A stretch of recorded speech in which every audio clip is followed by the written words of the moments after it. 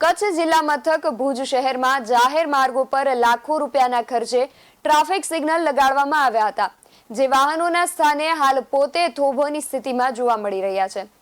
ગતિશીલ બનેલી નગરપાલિકા અને પોલીસ જ્યારે આધુનિક થઈ છે, ત્યારે હવે શહેરમાં ટ્રાફિક વ્યવહાર વધી ગયો છે, ત્યારે બિનઉપયોગી ટ્રાફિક સિગ્નલો ફરી કાર્યરત થવા લોકોની માંગ ઉઠી છે.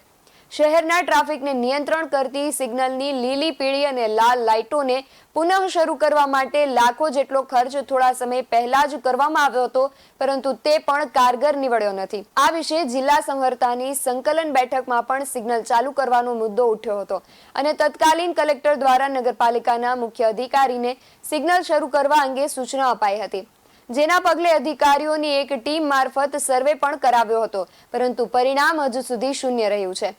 2013ના પ્રજાસત્તાક પર્વના દિવસે વિકાસ કામોની ગ્રાન્ટમાંથી શહેરમાં ટ્રાફિક સિગ્નલની લાઇટો ખરીદવાની મંજૂરી પ્રભારી મંત્રીની અધ્યક્ષતામાં મળી હતી અને લાખોના ખર્ચે પૂનાની Nucleonics traffic solution private limited પાસેથી ટ્રાફિક સિગ્નલના 28 પોલ અને રંગબેરંગી લાઇટોની ખરીદી કરી શહેરના Jubilee Circle, Indirabai Park, VD High School, SBI junction, Budharmal petrol pump નજીક તથા જીબી કચેરી સહિતના વિસ્તારોમાં વર્ષ 2014માં આ લાઇટો લગાડવામાં આવી હતી, જે થોડા વર્ષો ચાલુ રહ્યા બાદ છેલ્લા ઘણા વર્ષોથી ધૂળ ખાઈ રહી છે. Bureau report, BSN TV news, Bhuj.